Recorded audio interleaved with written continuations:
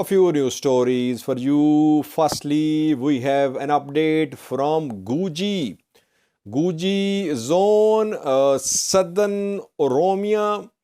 Through Guji passes a key road which connects Ethiopia with Kenya. Oromo Liberation Army backed news sources a few hours ago shared some pictures from Guji. Is this main road passing through Bolehora in Guji blocked? We have now OLA's official position for you. Secondly, viewers, another Tigray-based religious organization has split with Ethiopian organization. Third religious body based in Tigray severing its ties with Ethiopian federal body. And thirdly, last night I reported about protest by Tigrayans in Brussels, Belgium. PM Abiy is there. He is participating in African Union EU summit.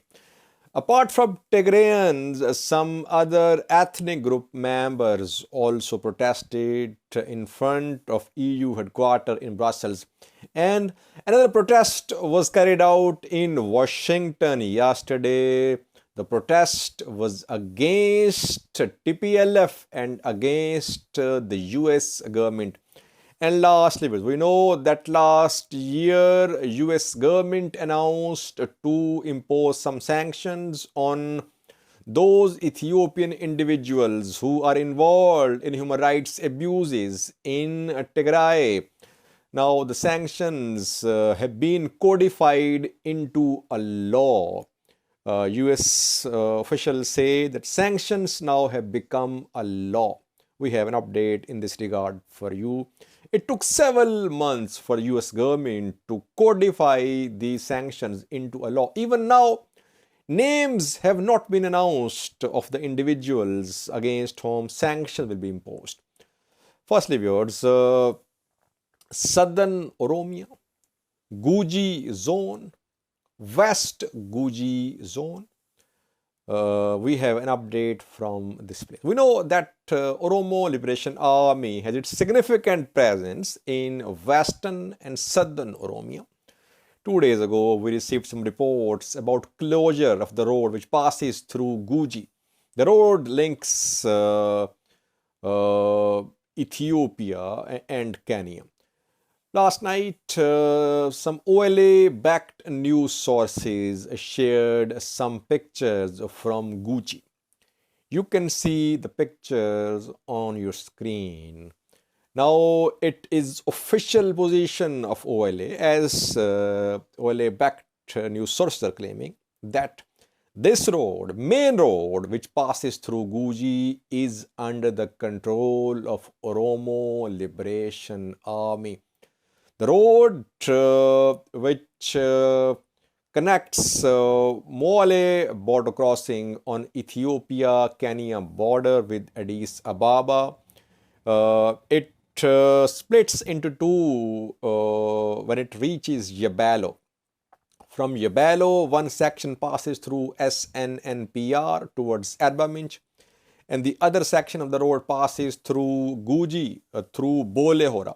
This section of the road which passes through Guji, Bolehora, it is under the control of Oromo Liberation Army. It is main road.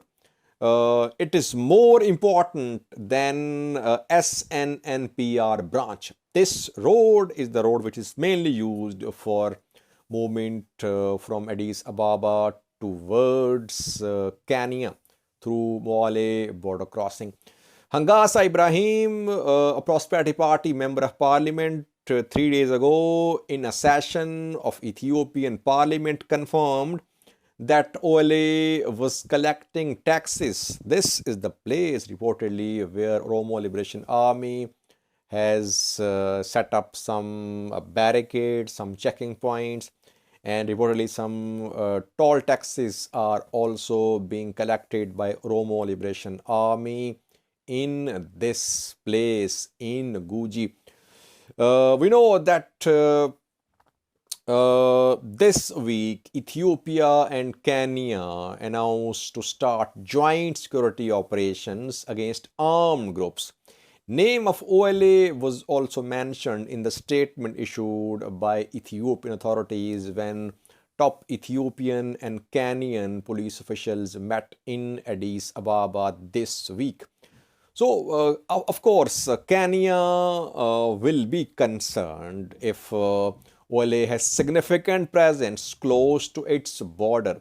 The area is not under the control of government. That is why we could see Kenyan involvement here. Kenyan forces might not be involved on the ground, but either Kenya will have to negotiate with OLA or Kenya will have to help Ethiopian government to push Oromo Liberation Army away from border areas. I think Kenya will engage Ethiopian government. We might see some intelligence sharing. Kenyan forces might not be involved in direct operations against OLA, but Kenyan authorities could share intelligence with Ethiopian authorities to remove Oromo Liberation Army from close to its border. Secondly, viewers, another Tigray-based religious organization has split ties. It has split with Ethiopian federal body. Name of this body is Tigray Evangelical Church Union. It has announced its split with Ethiopian Evangelical Churches Union, third religious body based in Tigray, which has announced its divorce. Firstly, we heard from Tigray Orthodox Tewahedo Church, which announced to form its own synod. A new synod is in the making.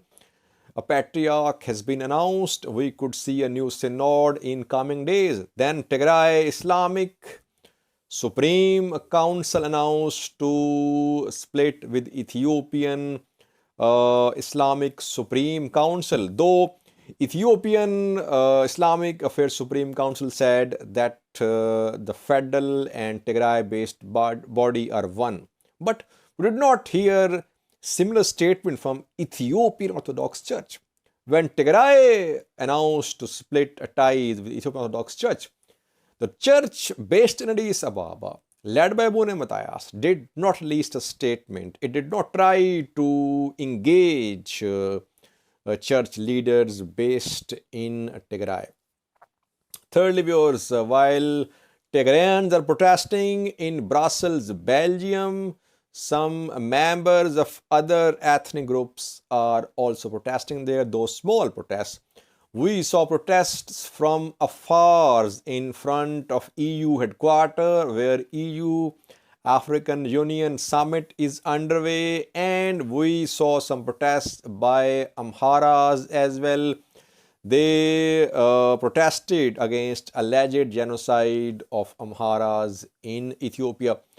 Another demonstration was held in Washington, D.C. yesterday by pro-Ethiopian government diaspora.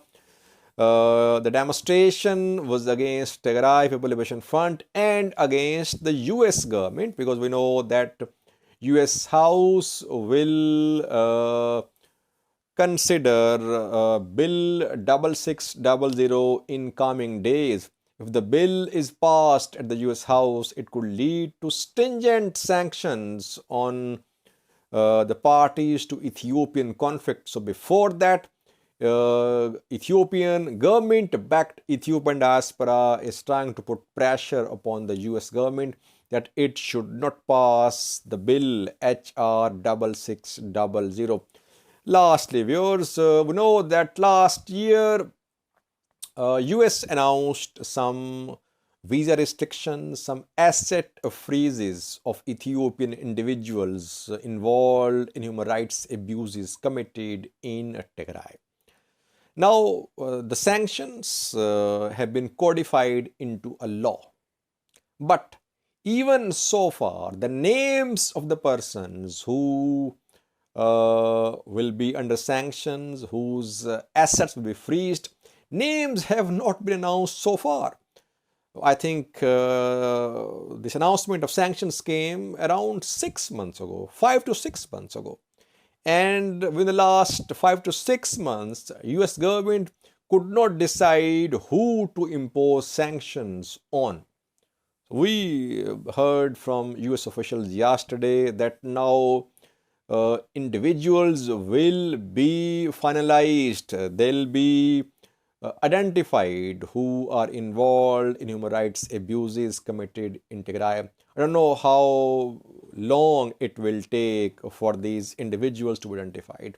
Let's see. New sanction bill 6600 is also under consideration. The bill is calling for very stringent sanctions use. If 6600 is passed at US House, it would mean that all those countries which are arming Ethiopian government could be sanctioned, and Ethiopian diaspora which is funding projects in which is funding different types of projects in Amhara, in Afar, could also be put under sanctions. That is why Ethiopian diaspora is holding demonstrations against this HR 6600 bill. Thank you for watching.